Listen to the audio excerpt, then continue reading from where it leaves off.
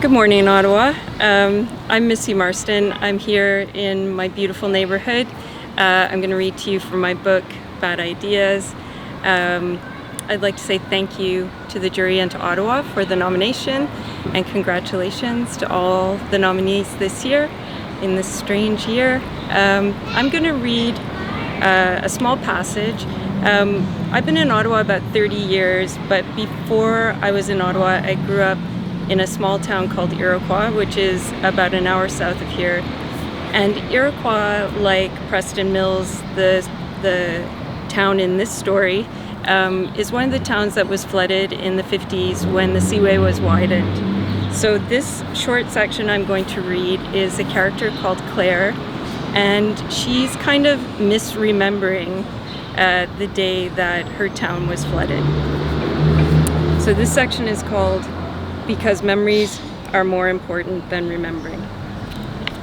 Sorry, I have to take my glasses off. It's all good. Claire knew she had it wrong, but this was the way she remembered it. The workers and everybody else had called it Inundation Day, the day the dams were blown up and the water flooded the old towns. She had never heard that word before, inundation. It made her think of a spell, an incantation, a word that could change one thing into another, which of course it did. Inundation Day and also Dominion Day, July 1st, 30 tons of dynamite blowing the stone coffer dams to smithereens. Smithereens, another word to marvel at, to roll around her mouth like hard candy. They only came with explosions, those smithereens, but man, when they came, it was magic.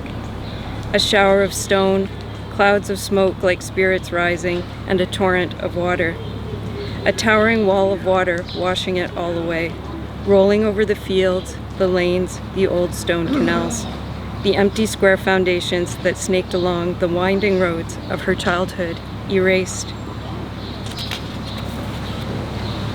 Her parents' small house had been uprooted, trucked across town, and deposited onto a new foundation in the middle of a mud lot on a new street, too close to their neighbor's house.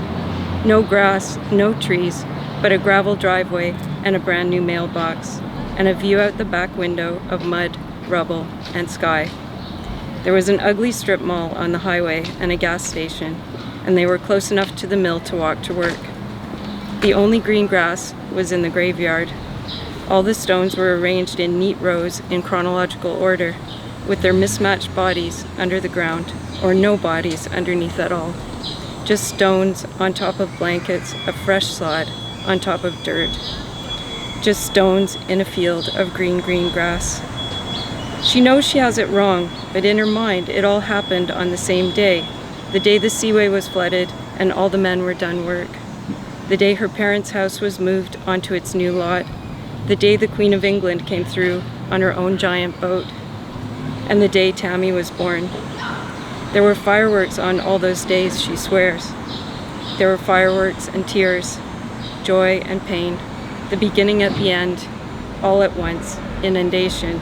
What she remembers is this, the deafening explosion, Darren's hand in hers, rough and dry and warm, the shrapnel of stone scattering in the air like fireworks in the brilliant blue sky, the wall of water rushing, tumbling forward, the earth rumbling beneath her feet, the fields, the streets, the sidewalks disappearing under the waves, the heat of the July sun, the cold mist coming off the water, the heat of the water rushing out of her, soaking her feet, her pink shoes, the skin on her legs wet and cooling in the summer breeze, the pain in the bottom of her belly like fireworks, the house in the middle of the mud lot, the royal yacht Britannia gliding by so close to the shore it seemed like you could reach out and touch it.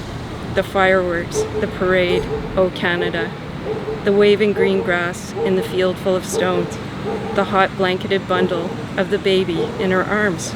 The sweat of her brow, the salty sweetness of his kiss. The incantation, don't go, don't go, don't go. That's it. Thank you.